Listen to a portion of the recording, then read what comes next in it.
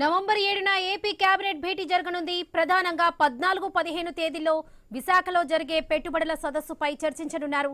ఇప్పటికే ఈ సదస్సుకు హాజరు కావాలని విదేశీ పెట్టుబడిదారులకు ఆహ్వానం పంపారు.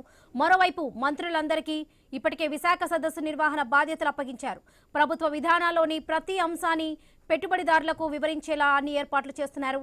విశాఖ సదస్సుతో పాటు పలు కీలక అంశాలపై సీఎం చంద్రబాబు మంత్రులకు దిశానిర్దేశం చేయనున్నారు.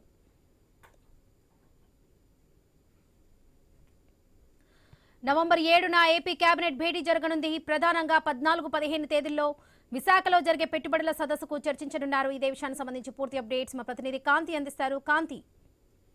వరలక్ష్మి, నవంబర్ 7వ తేదీన ఏపీ కేబినెట్ సమావేశం జరగబోతోంది. ఈ కేబినెట్ సమావేశంలో ముఖ్యంగా ఏదైతే ఆంధ్రప్రదేశ్ లో జరిగేటువంటి పెట్టుబడుల సదస్సుకు సంబంధించి విశాఖలో నిర్వహిస్తున్నటువంటి ఈ సదస్సును ప్రభుత్వం ప్రతిష్టాత్మకంగా తీసుకుంది. ఈ నేపథ్యంలో దీనికి సంబంధించినంత వరకు కూడా ఏర్పాట్లు కావచ్చు, ఇన్వైటీస్ అంటే విదేశాలకు సంబంధించినటువంటి ప్రతినిధులను ఆహ్వానించేందుకు, అలాగే ఆంధ్రప్రదేశ్ లో పెట్టుబడులకు సంబంధించినంత వరకు కూడా పెట్టుబడులు పెట్టినట్లయితే ఎటువంటి ప్రోత్సాహకాలు అందిస్తారు, అలాగే ప్రస్తుత ఆంధ్రప్రదేశ్ పరిస్థితి ఏంటి అనే దానికి సంబంధించి ఇప్పుడే సీఎం చంద్రబాబు నాయుడు వివిధ దేశాల ప్రతినిధులతో భేటీ అవుతున్నారు. ఇందులో భాగంగానే ఈ కేబినెట్ సమావేశంలో ఆ సదస్సుకు సంబంధించినంత వరకు కూడా కీలకంగా ఏదైతే నిర్వహించాలని మంత్రులకు సంబంధించినంత వరకు కూడా ప్రస్తుతం ఏదైతే జరుగుతున్నటువంటిది ఉందో దానికి సంబంధించి మంత్రులకు ఒక దిశానిర్దేశం చేసే అవకాశం కనిపిస్తుంది. ముఖ్యంగా ఈ కేబినెట్ లో భేటీలో